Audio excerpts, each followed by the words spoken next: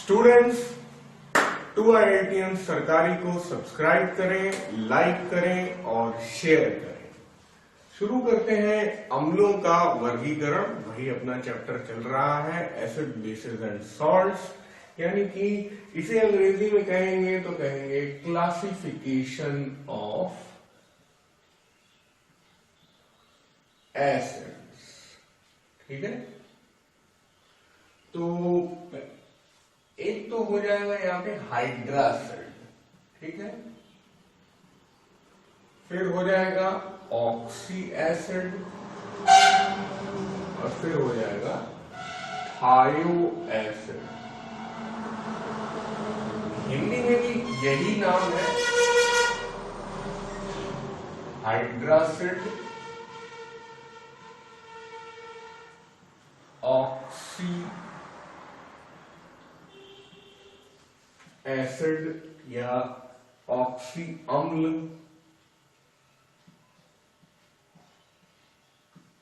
और यहां पे है थायो अम्ल। यहां पे हाइड्रा अम्ल नहीं लिखते हैं। अब देखिए, हाइड्रासिड और ऑक्सी एसिड में अंतर करना तो काफी आसान है। कैसे आसान है, थोड़े से एग्जाम्पल लिख लेते हैं, कौन हाइड्रासिड है और कौन ऑक्सी एसिड है, फिर थायो एसिड पे अलग से बढ़िया डिस्कशन करेंगे। तो ये वाले हो गए हाइड्रासिड और ये वाले हो गए ऑक्सी अम्ल। अब थोड़ा सा एग्जाम्पल से ही हमें समझ में आ जाएगा यहां पे क्या हो रहा है। हाइड्रोजन है और ऑक्सीजन नहीं। यहां पर क्या हो रहा है, हाइड्रोजन तो है परंतु ऑक्सीजन भी उसके साथ साथ है। ठीक है, तो भाई ये तो हम लोगों ने पढ़ा ही है कि कोई भी चीज अम्ल या एसिड तभी होगी जब उसमें हाइड्रोजन हो। तो ये मत सोचिएगा हाइड्रासिड में हाइड्रोजन होता है और ऑक्सी एसिड में ऑक्सीजन होता है, ऐसा भी आपको ऑप्शन में जरूर लिख के आएगा, लेकिन हमें फंसना नहीं है। हाइड्रासिड में सिर्फ हाइड्रोजन होता है, ऑक्सी एसिड में हाइड्रोजन के साथ साथ ऑक्सीजन भी होता है। तो आप देख सकते हैं ऑक्सीजन ऑक्सीजन ऑक्सीजन यहां पे है। सबके नाम लिख लेते हैं हमेशा की तरह।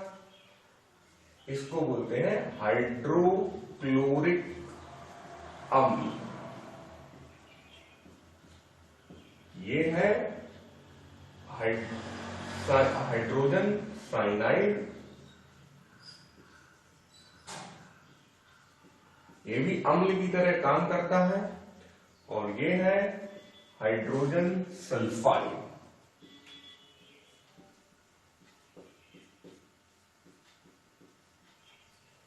फिर उसके बाद आ जाते हैं, ये तो अपना पुराना सल्फ्यूरिक अम्ल,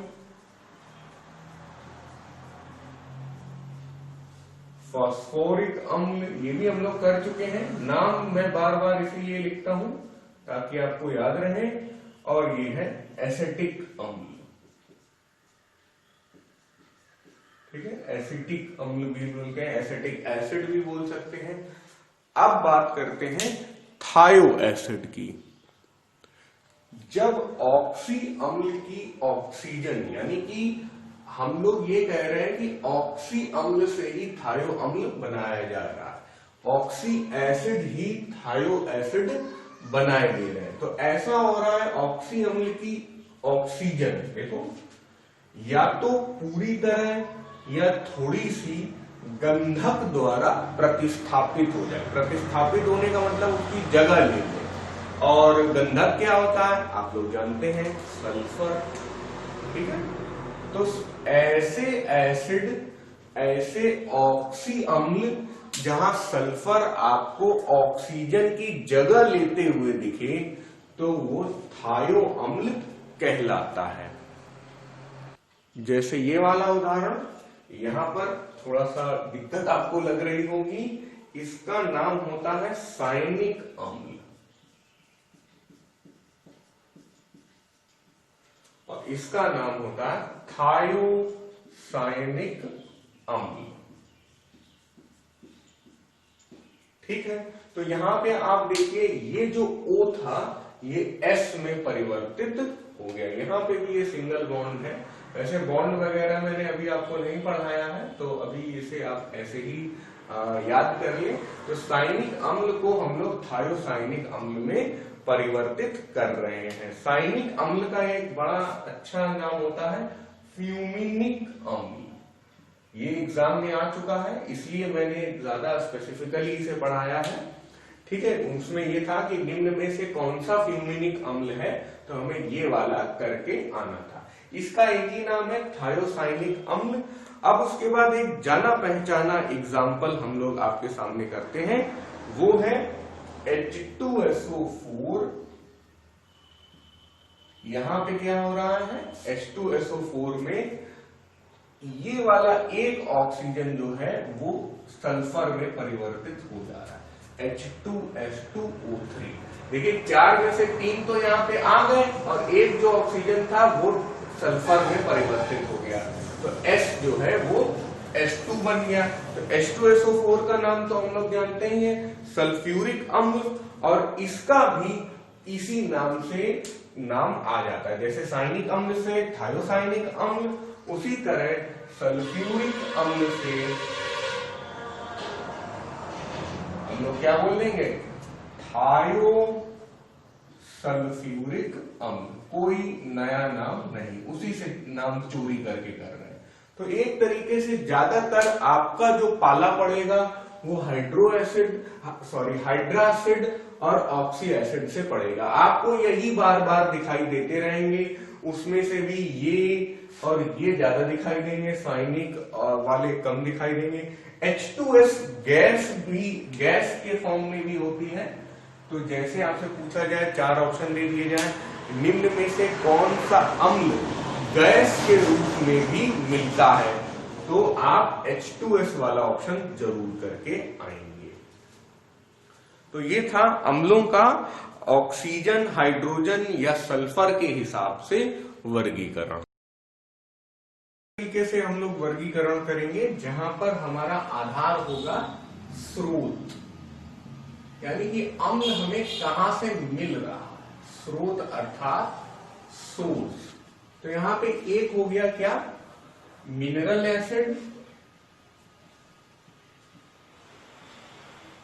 और दूसरा हो गया ऑर्गेनिक एसिड। ऑर्गेनिक एसिड का अब यहां पे नाम आ गया, तो मिनरल एसिड को इसीलिए लोग इनऑर्गेनिक भी कह देते हैं।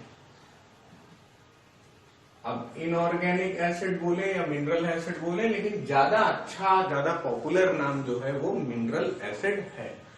अब इनको हिंदी में भी लिख लेते हैं, ऑर्गेनिक एसिड यानी कि कार्बनिक अम्ल। कार्बनिक अम्ल, और यहाँ पे अकार्बनिक अम्ल बोलेंगे, इनऑर्गेनिक बोल रहे हैं, लेकिन मिनरल एसिड के हिसाब से हम लोग बोलते हैं खनिज अम्ल। ठीक है, तो जो खनिज से प्राप्त हो रहे हैं, जिनका स्रोत खनिज है, वो खनिज अम्ल हो गए। और जो खनिज से नहीं प्राप्त हो रहे हैं, कहां से प्राप्त हो रहे हैं, फिर पेड़ पौधों से प्राप्त हो रहे हैं या जीवों से प्राप्त हो रहे हैं, वो हो गए कार्बनिक अम्ल। तो यहां पर इनका स्रोत जो है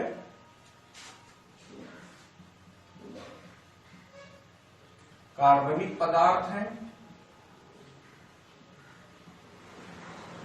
जिसमें से ज्यादातर चीजें जो निकल कर आती हैं वो पेड़ पौधे तथा जीवों से मिलती हैं। और यहाँ पे स्रोत तो कोई नया नहीं है, यहाँ पे स्रोत अपने क्या हो गए, खनिज हो गए, मिनरल्स हो गया, खनिज पदार्थ।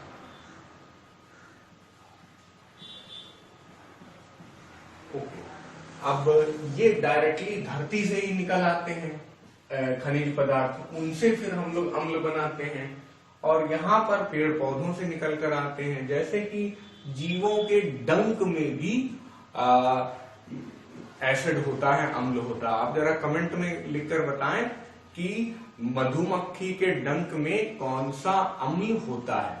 इस क्वेश्चन की जानकारी आपको इसी वीडियो में आगे मिल भी जाएगी, लेकिन अभी अगर आपको आता है कि मधुमक्खी के डंक में कौन सा अम्ल होता है तो आप कमेंट बॉक्स में जरूर लिखिए।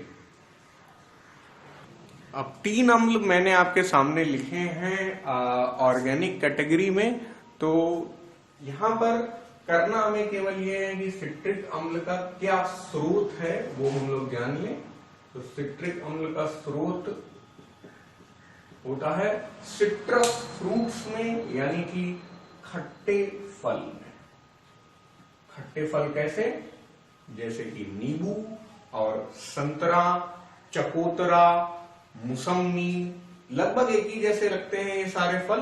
तो ये क्या है? खट्टे फल हैं। उनमें कौन सा अम्ल होता है? सिट्रिक अम्ल। आपसे बहुत ही आसान सवाल आएगा कि ऑरेंज में यानी संतरे में कौन सा अम्ल होता है, तो हमें सिट्रिक अम्ल करके आ जाना, ये है इसका मतलब।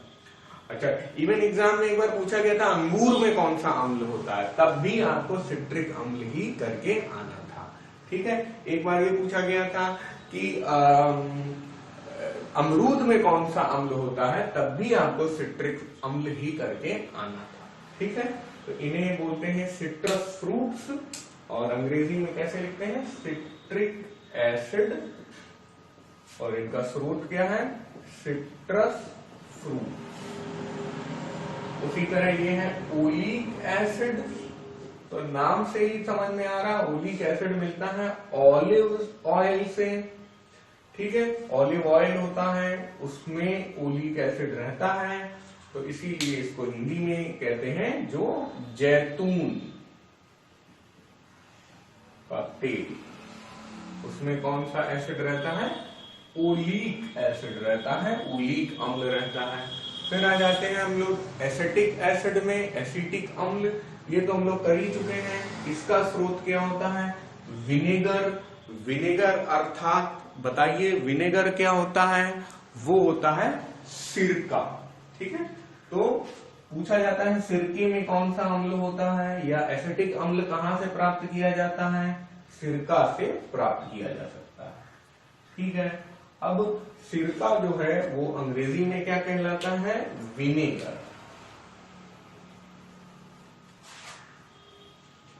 एसिटिक एसिड, अब काफी बच्चों को ये लग रहा होगा कि आपने सर फॉर्मूला नहीं बताया, तो याद रखिए यहाँ पे सिट्रिक एसिड, ओलिक एसिड जो है ये काफी बहुत बड़े बड़े फॉर्मूले होते हैं जिसकी आपको जरूरत नहीं है।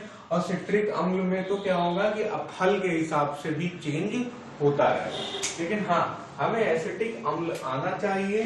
तो एसिटिक अम्ल का पुराना फॉर्मूला जो हम लोग ने याद किया था CH3COOH, ये हम लोग फिर से लिख लेंगे, सही रहा ना? अच्छा, अब उसके बाद आ जाते हैं खनिज पदार्थों में। तो खनिज पदार्थ के हिसाब से कौन से अम्ल आते हैं? कोई नए अम्ल नहीं है, वही जो हम पढ़ते रहते हैं, HCl, H2SO4, HNO3, ये सब आपके क्या हो गए? मिनरल एसिड हो गए। ये तो बहुत बार हम लोग कर चुके हैं, और सबसे ज्यादा कॉमन एसिड भी यही है। बाजार में सबसे ज्यादा इस्तेमाल होने वाला अम्ल कौन सा है? H2SO4, बाजार में सबसे ज्यादा बिकने वाला, और सबसे ज्यादा डिमांड भी इसी की रहती है। ठीक है, तो मैं बता चुका हूं कि आपको ट्रक दिखते हैं जिसमें H2SO4 भरा रहता है जब आप हाईवे में जाते हैं, तो आप समझ सकते हैं कि H2SO4 की खपत कितनी ज्यादा है। हाइड्रोक्लोरिक एसिड, सल्फ्यूरिक एसिड और नाइट्रिक एसिड, नाम लिख दिए सारे। तो मिनरल एसिड में पहचान क्या है? यहाँ पर एक ऐसा चीज है जो यहाँ पे पक्का नहीं है और यहाँ पे पक्का है। जैसे इसका नाम कार्बनिक है, तो यहाँ पे हमेशा कार्बन होगा। देखिए यहाँ पे कार्बन है, बाकी इनके भी फॉर्मूले अगर बड़े बड़े वाले देखे जाएं तो इनके भी कार्बन आपको दिखाई दे जाए। लेकिन यहाँ क्या बड़ी बात है, यहाँ पे कार्बन नहीं है। देखिए कार्बन नहीं, कार्बन नहीं। कुछ लोग कंफ्यूज हो जाते हैं कि यहाँ C तो लिखा है मतलब कार्बन है, लेकिन वो C नहीं है बच्चों। उस C को अकेले नहीं पढ़ा जाएगा, उसे Cl पढ़ा जाएगा। और Cl का मतलब क्या है? Cl का मतलब क्लोरीन है, तो इसलिए यहाँ पर कार्बन नहीं है। ठीक है, देखिए हमारे जो इस शूटिंग प्रांगण के बाहर असल में रोड है, तो बीच बीच में विक्रम टेम्पो वाले ऑटो चलाने वाले जो हैं वो बहुत ही जोर से गाना बजाते हैं, तो उसके लिए थोड़ा सा माफी चाहता हूँ। और वो एकदम से आ जाते हैं, उतनी जल्दी वीडियो बंद भी नहीं किया जा सकता है। तो खैर, आप लोग बहुत अच्छे बच्चे हैं, तो आप लोग इसमें ज्यादा माइंड नहीं करेंगे और यहाँ पर फोकस करते हैं। वापस वही बात बोलूंगा कि इस Cl को आप ये मान के चलिए क्लोरीन है, यहाँ पे कार्बन का कोई लेना देना नहीं है। इस पूरी कैटेगरी में कार्बन ही कार्बन दिखेगा और इस पूरी कैटेगरी में इनऑर्गेनिक के होने की वजह से, अकार्बनिक होने की वजह से बिल्कुल भी कार्बन नहीं दिखेगा। तो इनके स्रोत की क्या खास बात होती है कि कार्बन एटम यानी कि कार्बन परमाणु नहीं होता। ठीक है, तो एक तरीके से ये जो अम्लों का प्रकार है, वर्गीकरण है, यहाँ पे स्रोत लिखा है, इसी को दूसरे नाम से भी बोल सकते हैं कि इस वर्गीकरण में भाई कार्बन अगर नहीं है तो मिनरल एसिड और कार्बन अगर है तो ऑर्गेनिक एसिड। अंग्रेजी के नाम भी जरूर याद रखें, एग्जाम में हो सकता है कि वो लोग सीधे ऑर्गेनिक को ऐसे लिख दें, ऑर्गेनिक, ठीक है, और कार्बनिक लिखे ही ना। तो इसीलिए मैं अंग्रेजी के नामों पे फोकस करता हूं ताकि आपको समस्या ना हो। और आप अंग्रेजी हिंदी दोनों याद करें अगर आप हिंदी मीडियम वाले हैं। अगर आप अंग्रेजी माध्यम वाले हैं तब कोई समस्या नहीं है, तब आप सिर्फ इंग्लिश में पढ़ सकते हैं, ठीक है, लेकिन हिंदी वालों को दोनों में पढ़ना पड़ेगा। अगला वर्गीकरण का आधार हो जाएगा प्रबलता। प्रबलता यानी कि स्ट्रेंथ, प्रबलता, प्रबल लिख गया क्या, चलो ये, ठीक है, प्रबलता यानी कि स्ट्रेंथ, कि स्ट्रॉन्ग एसिड है या वीक एसिड। बहुत सुना होगा कि आपने सुना होगा कि H2SO4 जो है वो स्ट्रॉन्ग एसिड है, ठीक है। तो यहाँ पे थोड़ा सा और हम लोग ध्यान देंगे कि किसको कहेंगे स्ट्रॉन्ग एसिड और किसको कहेंगे वीक एसिड। हिंदी में नाम देंगे तो ये बोलेंगे प्रबल अम्ल, और यहाँ पे बोलेंगे क्या, निर्बल अम्ल,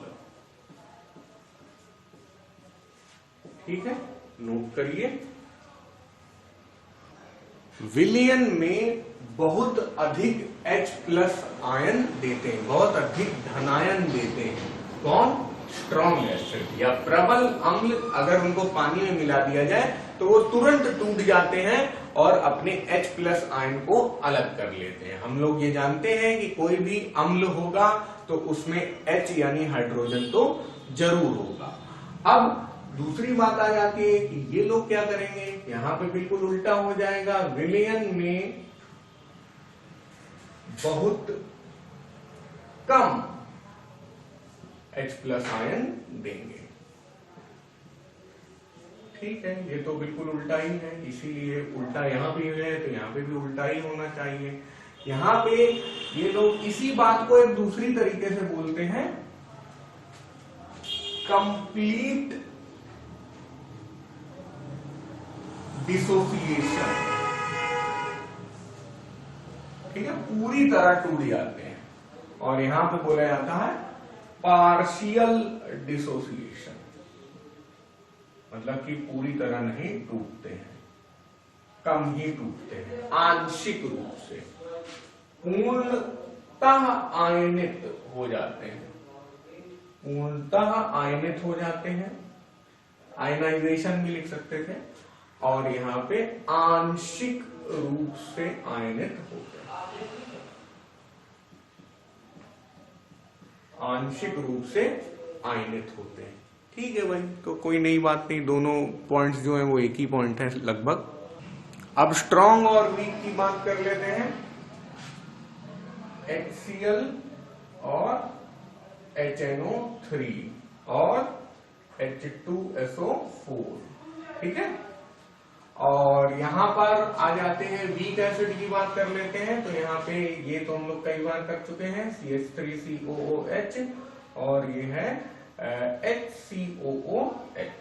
तो होता क्या है, ये जब आयनित होते हैं तो ये H प्लस और Cl माइनस में होते हैं, ये जब आयनित होते हैं तो ये H प्लस और NO3 माइनस में होते हैं, ये जब आयनित होते हैं तो 2H plus plus SO4 2 minus. मतलब कि ये लोग अपने अगर मान लीजिए 10 HCl के कण होंगे, यानी 10 HCl के अणु होंगे, तो 10 में से 9 9.5 जो होंगे वो H प्लस में हो जाएंगे। 9.5 तो नहीं, मान लीजिए 10 लाख हैं तो 10 लाख में 9.5 लाख जो हैं वो H प्लस जरूर दे देंगे। मतलब लगभग 100% आपका आयनाइजेशन होता है यहाँ पे, ऑलमोस्ट कंप्लीट। ऑलमोस्ट लिखने ज्यादा अच्छा होगा, क्योंकि थोड़ा बहुत तो गड़बड़ी हो ही जाती है, क्योंकि वापस भी चला जाता है ना, ये रिवर्सिबल रिएक्शन भी है।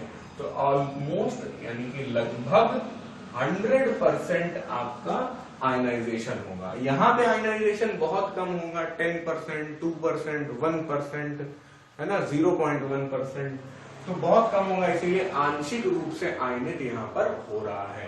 तो यहाँ पे भी कैसे होता है, CH3COO माइनस और प्लस H प्लस। यहाँ पे कैसे होता है, COHCOO minus plus H plus. ठीक है, तो इसका नाम तो आपको पता है हाइड्रोक्लोरिक एसिड, इसका नाइट्रिक एसिड और इसका H2SO4 सल्फ्यूरिक एसिड। इसका नाम आपको मालूम है एसिटिक एसिड। एक बार फिर से लिख देता हूं,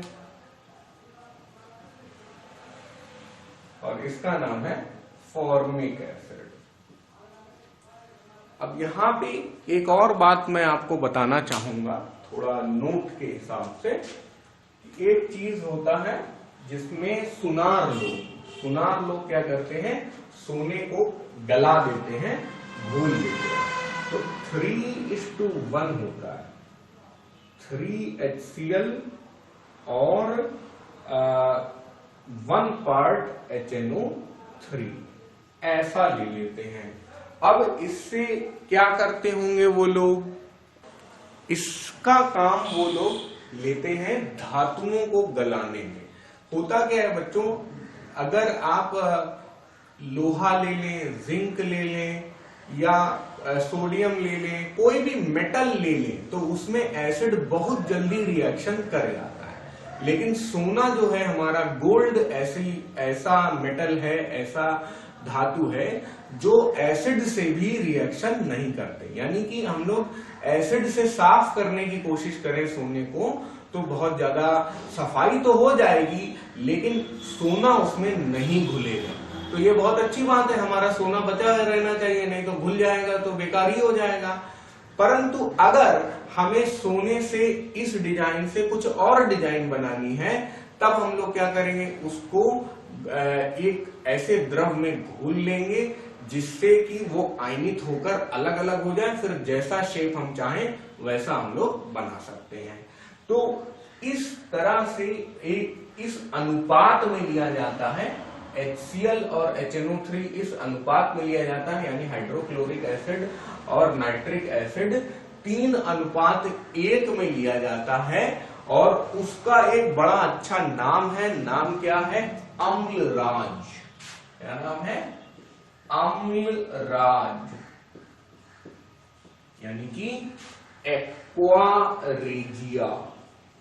ठीक है, तो ये ऐसा अम्लराज ऐसा घोल बन जाता है, ऐसा विलयन बन जाता है कि वो सोने तक को अपने अंदर समावेशित कर लेता है, यानी घोल लेता है।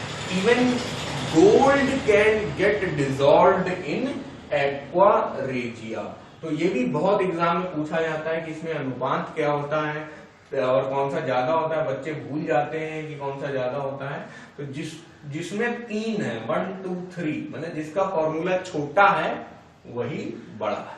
ठीक है, जिसका फॉर्मूला छोटा है वही बड़ा है, ये याद रख लीजिएगा आप। अब यहाँ पे आ जाते हैं एसिटिक एसिड।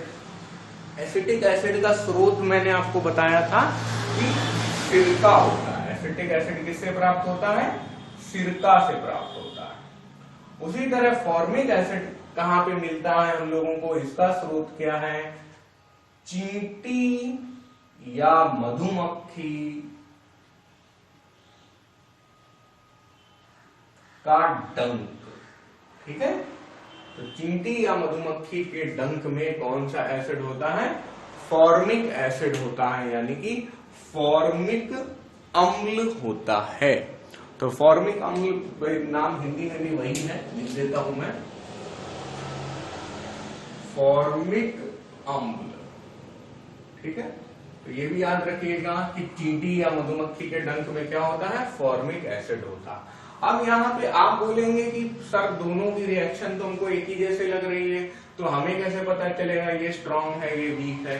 तो यहाँ पर आंसर ये है कि पानी में जब आप डालेंगे तो इसका प्रत्येक मॉलिक्यूल टूट जाएगा, हर एक अणु टूट जाएगा। लेकिन यहाँ पर आप डालेंगे पानी में इसको तो जो टूटे हैं वो ऐसा दिखाएंगे, और जो नहीं टूटे हैं वो सीधे CH3COOH करके वहीं बैठे रहेंगे, वो भूलेंगे ही नहीं। तो इसलिए ये देखने में जरूर एक जैसा है, यहाँ पे सभी आयनित हो रहे हैं, यहाँ पे कुछ ही आयनित हो रहे हैं जैसा यहाँ पे लिखा हुआ है। तो ये अम्लों की प्रबलता के अनुसार उनका वर्गीकरण हो गया। ये अब जो वर्गीकरण हम लोग करने जा रहे हैं ये वाला हम लोग पहले से ही कर चुके हैं, बट फिर भी for the sake of completeness मैं सिर्फ नाम लिखे दे रहा हूं। अम्लों के प्रकार किसके अनुसार, अम्ल की क्षारकता के अनुसार, अम्ल की क्षारकता, जिसे हम लोग बोलते हैं बेसिसिटी ऑफ एसिड, इसके अनुसार हम लोग अम्लों के प्रकार देख रहे हैं। और यहां पर अम्लों के प्रकार में पहला क्या हो जाएगा, मोनोबेसिक, डाइबेसिक एसिड हर बार है एसिड, और ट्राइबेसिक एसिड।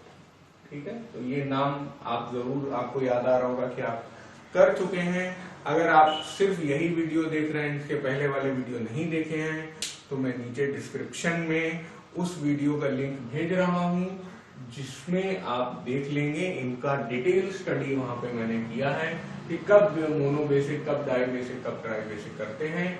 और बहुत अच्छा रहेगा उन बच्चों के लिए कि जो वीडियो नहीं देखना चाहते हैं लेकिन फिर भी जानकारी प्राप्त करना चाहते हैं, तो मैं दूसरे बच्चों से बोलूंगा कि आप कमेंट करके मोनोबेसिक, डाइबेसिक और ट्राइबेसिक को हल्का सा समझा सकते हैं, तो भी काम चल जाएगा, उन बच्चों का भला हो जाएगा। ओके, अब इसको कहते हिंदी में क्या कहते हैं, द्विक्षारकीय, द्विक्षारकी। अच्छा, ये वाला है द्विक्षारकी, है ना।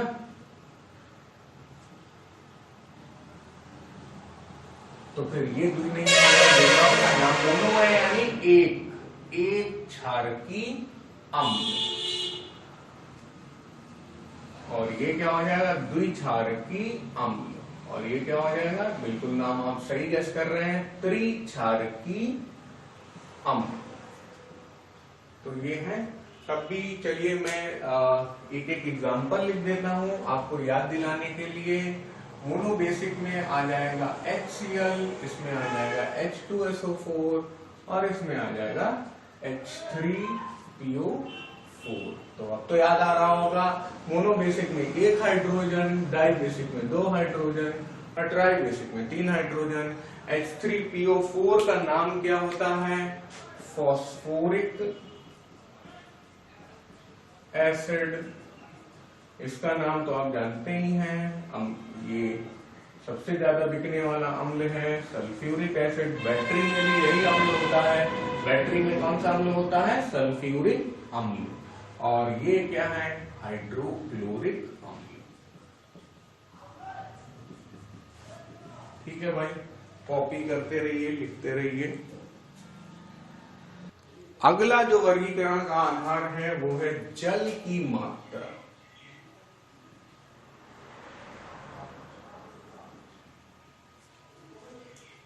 यानी कि क्वांटिटी ऑफ वाटर।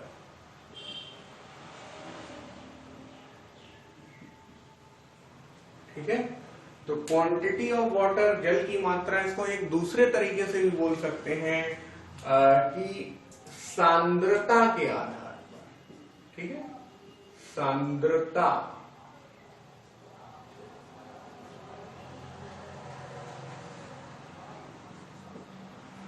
सांद्रता को अंग्रेजी में बोला जाता है क्या, कॉन्सेंट्रेशन। तो ये एक ही बात है, चाहे सांद्रता के आधार पर बोले, चाहे जल की मात्रा के आधार पर बोले, अभी और आपको समझ में आएगा। देखिए अम्लों के यहाँ पे दो प्रकार हो जाएंगे, कॉन्सेंट्रेटेड एसिड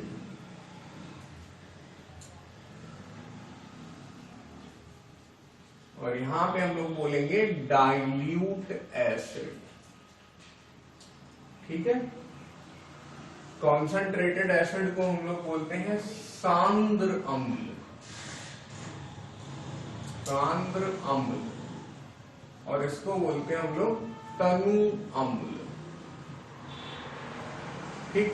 अब बना भी लेते हैं थोड़ा डायग्राम। जैसे हम लोग एक बर्तन लें और यहां पे फिर एक बर्तन लें, इसमें हम लोग यहां तक और इसमें हम लोग यहां तक क्या भर दें, हम लोग ये जो लाल रंग से दिख रहा है वो खतरा है, कंसंट्रेटेड है, तो लाल रंग वाला जो होगा थोड़ा और ज्यादा होगा, ठीक है। इसको ऊपर तक भर लो, उल्टा कर लो, कोई दिक्कत नहीं है, ठीक है, क्योंकि ऊपर ना चेंज करना पड़े। अच्छा, यहां पर आप क्या करेंगे, खूब ज्यादा अम्ल भर देंगे, ठीक है। लाल वाला डेंजरस है, खूब ज्यादा आपने अम्ल भर दिया और फिर उसके ऊपर थोड़ा सा आपने क्या किया, पानी भर दिया। ऊपर क्या किया आपने, थोड़ा सा पानी भर दिया, ठीक है भाई। पानी ये है, काला पानी है ये, वैसे तो पानी कलरलेस होता है, ठीक है। अब यहां पे आपने उल्टा काम किया कि यहां पे थोड़ा सा ही अम्ल लिया और ऊपर उसमें ज्यादा पानी भर दिया।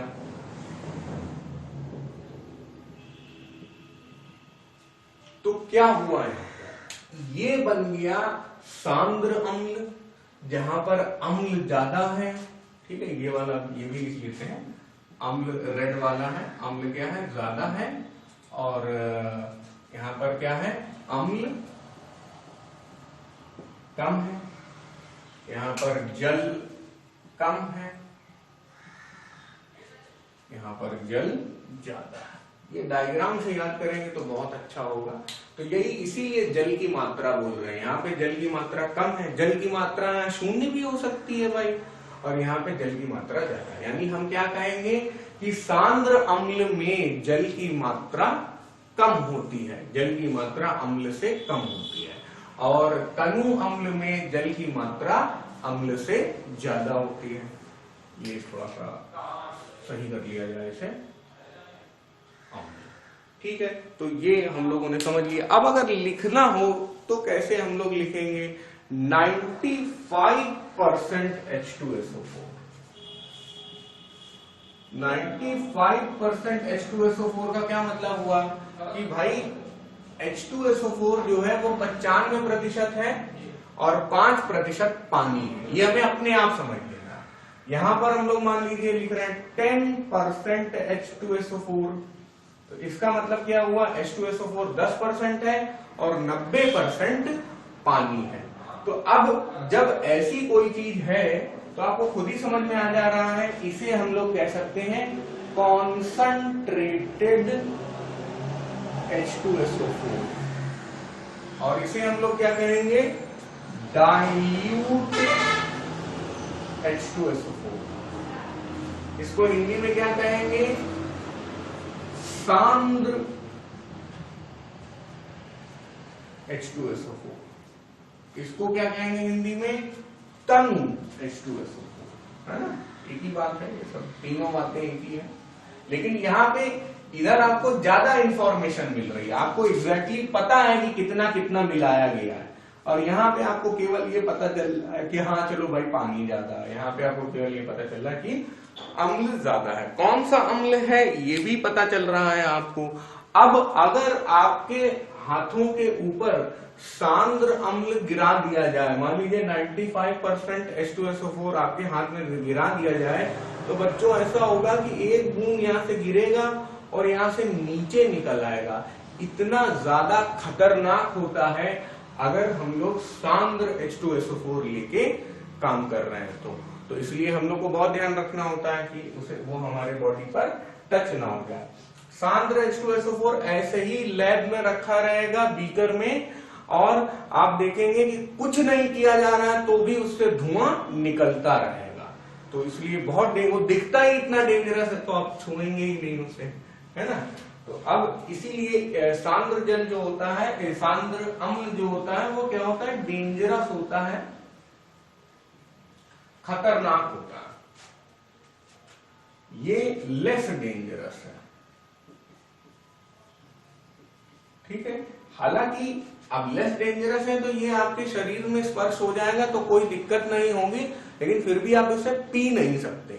और यहाँ तो पीना मतलब कहना ही क्या है, यहाँ तो पी ही नहीं सकते। तो ये है मोर डेंजरस, और मतलब वेरी डेंजरस है। मोर बोलने की जरूरत नहीं है भाई, हाईली डेंजरस बोलूंगा मैं, है ना। लेकिन वो क्या है, लेस डेंजरस। तो हम लोगों ने पानी के आधार पर, जल के आधार पर भी देख लिया। अब आते हैं हम लोग लवण पे। ये क्या होते हैं, ये ऐसे यौगिक होते हैं जो क्षारक और अम्ल को मिला देने पे बनते हैं।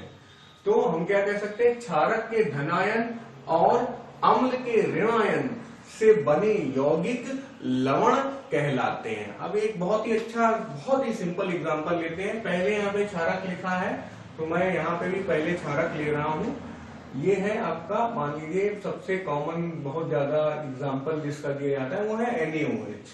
और धन आयन में अभी धन आयन की बात नहीं कर रहे हैं, अम्ल में हम लोग क्या कर रहे हैं, HCl ले लेते हैं, चलो ठीक है। तो अब क्या होगा भाई, ये जब टूटता है तो ये कैसा होता है, ये होता है Na+ और ये होता है OH-, और ये क्या होता है H+ और ये होता है Cl-। तो बहुत ही तेजी से ये जो होते हैं ये निकल जाते हैं, H+ और OH- मिलकर क्या बना देता है, वाटर बना देता है। तो उसको हम लोग अपना अलग लिख देते हैं यहाँ पे, चलो H2O। तो अब जब यहाँ पे H2O बन गया तो बचा क्या, बचा ये Na+ और Cl-। यार ये भी पॉजिटिव है, ये नेगेटिव है, तो वो भी आपस में चिपकना चाहेंगे, तो आपस में चिपक गए भाई, ये हो गया NaCl। तो NaCl भी बहुत फेमस है, ये आप नाम जानते होंगे, ये है नमक। यही नमक हम लोग खाते भी हैं, जो आप सब्जी में नमक डालते हैं या सलाद में जो नमक डालते हैं वो यही वाला होता है NaCl, सोडियम क्लोराइड। चलिए लिख देते हैं, ये क्या है, सोडियम क्लोराइड। और ये क्या है, ये तो वाटर है, ये तो आप जानते ही हैं, ये हाइड्रोक्लोरिक एसिड और ये सोडियम हाइड्रोक्साइड। और ये क्या है, हाइड्रोक्लोरिक एसिड, यानी हाइड्रोक्लोरिक अम्ल। अब कुछ और उदाहरण ले लेते हैं, जैसे कि हम लोग मान लीजिए KOH को कर लें H2SO4 से, ठीक है। तो यहाँ पे दो संभावना है, देखिए यहाँ पे हाइड्रोजन के दो एटम है, लेकिन OH यहाँ पे एक ही है। तो हो सकता है दो हाइड्रोजन में से एक ही हाइड्रोजन OH को तोड़े इस तरह, तब क्या हो जाएगा, तब देखिए थोड़ा सा और मेहनत कर लेते हैं। यहाँ पे K+ है और यहाँ पे OH- है, और यहाँ पे ये H+ है और एक और H+ है, ठीक है। तो H+ और SO4 2-, ठीक है भाई। और तो क्या होगा, अब एक ही अगर करता है तब यहां पर एक ही पानी का मॉलिक्यूल बनेगा, और ये बचे दोनों, देखो यहाँ पे -2 है और इन दोनों, इसके पास एक प्लस है, इसके पास एक प्लस है, तो ये दोनों मिलके ये बना देंगे KHSO4। एक ये संभावना है। दूसरी संभावना भी मैं आपके सामने लिखता हूं, KOH यहां पे लिया गया और H2SO4 यहां पे लिया गया। यहां पर आप मान लीजिए कर लेते हैं एक और KOH ले लेते हैं, ताकि इन दोनों हाइड्रोजनों को सेटिस्फाई किया जा सके। तब उस स्थिति में क्या होगा, ये दोनों हाइड्रोजन इस OH से मिल जाएंगे और दो मॉलिक्यूल ऑफ वाटर बना देंगे, यानी पानी के 2 अणु बना देंगे। 2H2O हो गया, जो लाल बक्से के अंदर है वो 2H2O हो गया। अब ये 2 के हैं तो यहाँ पे क्या हो जाएगा, K2SO4। ठीक है, तो इस तरह। अच्छा, यहाँ पर देखिए जब भी लवण बनेगा बच्चों, तो हम लोग यहाँ पे एक गलती कर रहे हैं। लवण बनने में ये एक दिशा में चलती है, यहाँ पे ऐसे gives and comes back reversible reaction नहीं होगी। तो ये बहुत बड़ी गलती जो हम लोग करने जा रहे थे, अच्छा हुआ वो नहीं हुई और हम लोग यहाँ पे सीधे एरो मारेंगे। ठीक है, ये मतलब एक ही दिशा में चलती है, क्योंकि देखिए ये दोनों द्रव हैं और यहाँ पे ये ठोस है और ये पानी है। तो देखिए लवण भी बहुत, एक बार बन जाएगा तो उसे तोड़ना बहुत मुश्किल होता है, और पानी भी एक बार बन जाएगा तो उसे तोड़ना बहुत मुश्किल होता है। इसीलिए ये जो रिएक्शंस हैं ये एक ही दिशा में चलती हैं। तो अब इनके नाम भी लिख लेते हैं। देखिए ये तो सिंपल है, ये दोनों एक ही चीजें हैं, पोटेशियम हाइड्रोक्साइड, और ये यहां इस बार मैंने सल्फ्यूरिक एसिड ले लिया है, और ये भी वही है और ये भी वही है, सल्फ्यूरिक एसिड भी वही है। और यहां पर इसको हम लोग बोलेंगे पोटेशियम हाइड्रोजन सल्फेट।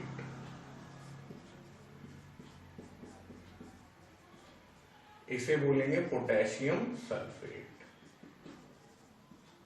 बार बार नहीं लिख रहा हूं, ये तो सब वाटर ही है, तो दोबारा लिखने की जरूरत नहीं है। अब जो आपकी रिएक्शन दिखाई देगी वो कुछ ऐसी दिखाई देगी, है ना। यहाँ तो कुछ करना ही नहीं है, KOH प्लस H2SO4 सब कुछ बैलेंस है। यहाँ थोड़ा सा थोड़ी मेहनत करनी पड़ेगी। ये आपकी रिएक्शन ऐसे दिखाई देगी,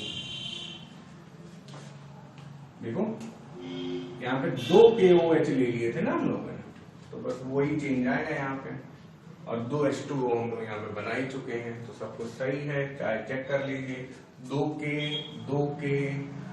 4 2 6 हाइड्रोजन, 4 2 6 हाइड्रोजन, सॉरी ऑक्सीजन बोलना चाहिए, 4 2 6 ऑक्सीजन, 4 2 6 ऑक्सीजन, 1 2 हाइड्रोजन यहाँ, 2 2 4 हाइड्रोजन यहाँ, 4 हाइड्रोजन यहाँ, तो सब कुछ बैलेंस है, कोई समस्या नहीं है। तो ये भी पोटेशियम हाइड्रोक्साइड है और ये भी पोटेशियम हाइड्रोक्साइड है, ये तो सल्फ्यूरिक एसिड है ही। यहाँ पे भी आपको ऊपर वाली ही रिएक्शन से नाता है, ये तो मैंने सब समझाने के लिए बताया था कि अंदर क्या हो रहा है, और आप समझ भी चुके हैं बहुत अच्छे से। अब उसके बाद एक और एग्जांपल मैं लिखना चाहूंगा, NH4OH प्लस HCl, ठीक है, वही वाला HCl हाइड्रोक्लोरिक एसिड। चलो दूसरा एसिड ले लेते हैं, HNO3 ले लेते हैं। यहाँ पे भी NH4Cl बन जाएगा, बट तीनों एसिड अपने जो हैं फेमस वाले वो यूज करना चाहते हैं और कुछ नहीं। NH4NO3 है ना। अब तो आप समझ सकते हैं ना, देखो सीधे ही वाटर बना दूंगा मैं, अब कोई बीच में नहीं कर रहे हैं, लाल बक्सा वगैरह नहीं कर रहे हैं। और इसका नाम हो जाएगा अमोनियम हाइड्रोक्साइड। ये है नाइट्रिक एसिड, ये है अमोनियम नाइट्रेट,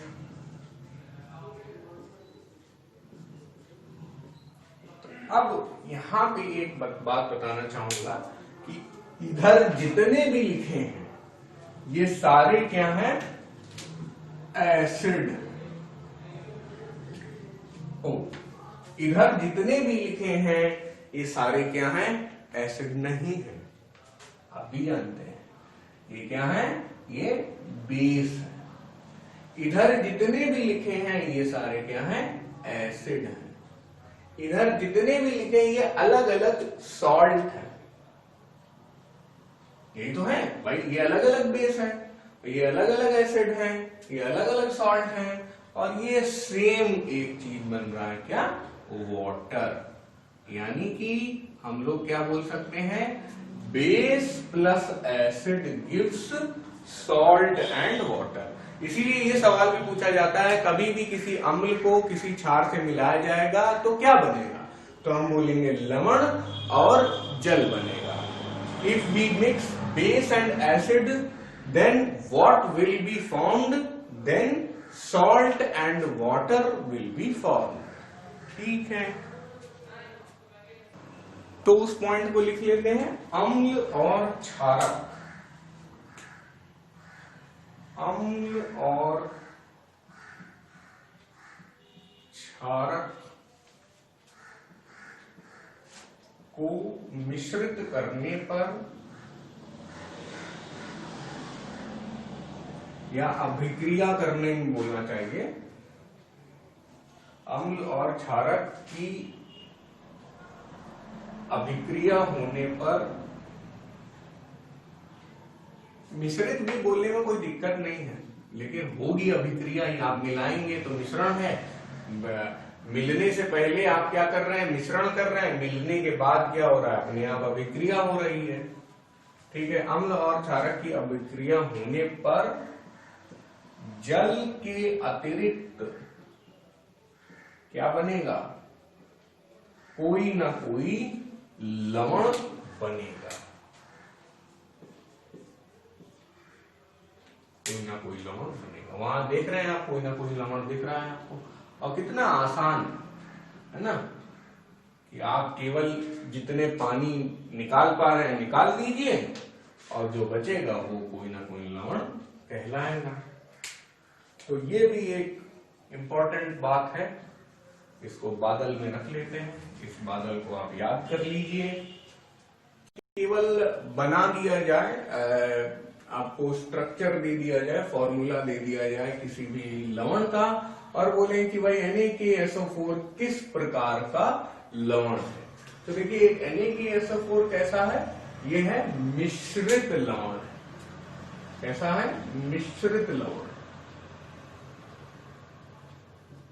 यानी कि मिक्स्ड सॉल्ट है।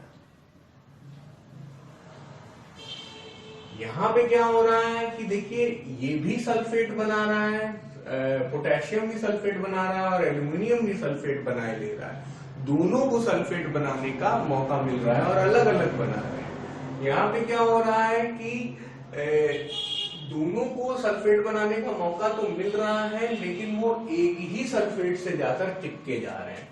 तो यहाँ पे मिक्स्ड सॉल्ट है और यहाँ पे ये वाला है डबल सॉल्ट। तो ये सवाल आने की बहुत संभावना है कि आपको ये दे दिया जाए और मिक्स सॉल्ट और डबल सॉल्ट दोनों ऑप्शन हो, तो आपको आना चाहिए कि जहां पे सल्फेट डबल है वो डबल सॉल्ट है। ठीक है, जहां पे सल्फेट डबल है वो डबल सॉल्ट है, यानी कि ऋणात्मक आयन जो है वो अगर डबल है तो डबल सॉल्ट है। अच्छा, अब जैसे अब कोई ये भी पूछ सकता है कि भाई अगर मान लीजिए केवल ये है Na2SO4, तो आप इसे डबल सॉल्ट नहीं बोल सकते हैं, क्योंकि यहां पर तो धन आयन डबल है। तो इसको हम लोग बोलते हैं सिंपल सॉल्ट, यानी कि साधारण। अच्छा, अब आपको साधारण ना बोलकर हम लोग जनरल सॉल्ट टाइप का बोल पाएंगे, यानी सामान्य नमक, ये बोलना ज्यादा अच्छा होगा, क्योंकि साधारण नमक की पर तो एक ही का अधिकार है, क्या, NaCl। NaCl को बोला जाता है क्या, कॉमन सॉल्ट, यानी कि साधारण नमक। तो साधारण, इसका तो दूसरा नाम ही है, मतलब सोडियम क्लोराइड का दूसरा नाम है कॉमन सॉल्ट, यानी कि साधारण नमक। तो NaCl बोलो, सोडियम क्लोराइड बोलो, कॉमन सॉल्ट बोलो, साधारण नमक बोलो, सारी बातें एक ही है, लेकिन ये अपने आप में एक कैटेगरी है ना। मतलब Na2SO4 जैसा एक और आ जाएगा भाई, K2SO4 लिख लो। ये दोनों किस में आ जाएंगे, सिंपल सॉल्ट में आ जाएंगे। बहुत सारी ऐसी कैटेगरी हम लोग बना सकते हैं। और डबल सॉल्ट को हम लोग हिंदी में क्या कहेंगे, सोचिए भाई। दो नमक है ना, तो दो नमक टाइप का कुछ नाम होगा, जैसे क्या कह देंगे, द्वि लवण, द्वि लवण, ठीक है।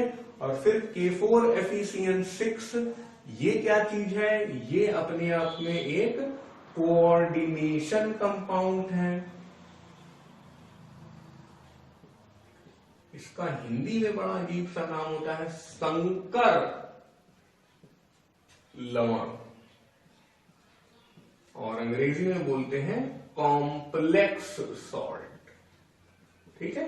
तो चाहे इसे आप कॉम्प्लेक्स सॉल्ट बोले, चाहे इसे आप संकर लवण बोले, चाहे इसे एक कोऑर्डिनेशन कंपाउंड बोले, सारी एक ही बात है। ये दोनों सामान्य नमक के उदाहरण है। ये पूरा एक ही फॉर्मूला है, यहाँ बीच में कोई गैप नहीं है, दिख रहा है तो भी कोई बात नहीं, ये पूरा एक ही फॉर्मूला है। ये अपने आप में डबल सॉल्ट है, और ये NaKSO4 अपने आप में एक मिश्रित नमक है, मिश्रित लवण है, ठीक है। तो इसे मैं बक्से में कर देता हूँ, ये थोड़ा कठिन लग रहा है, इंपॉर्टेंट लग रहा है। असली बात यह है कि ये थोड़ा पास पास आ गए थे तो अलग अलग कर रहा था, ठीक है। तो सब बढ़िया चल रहा है। अब अगली क्लास में बच्चों हम लोग और ज्यादा क्वेश्चन करेंगे एसिड्स, बेसिस एंड सॉल्ट्स में। आज की क्लास यहीं समाप्त करते हैं।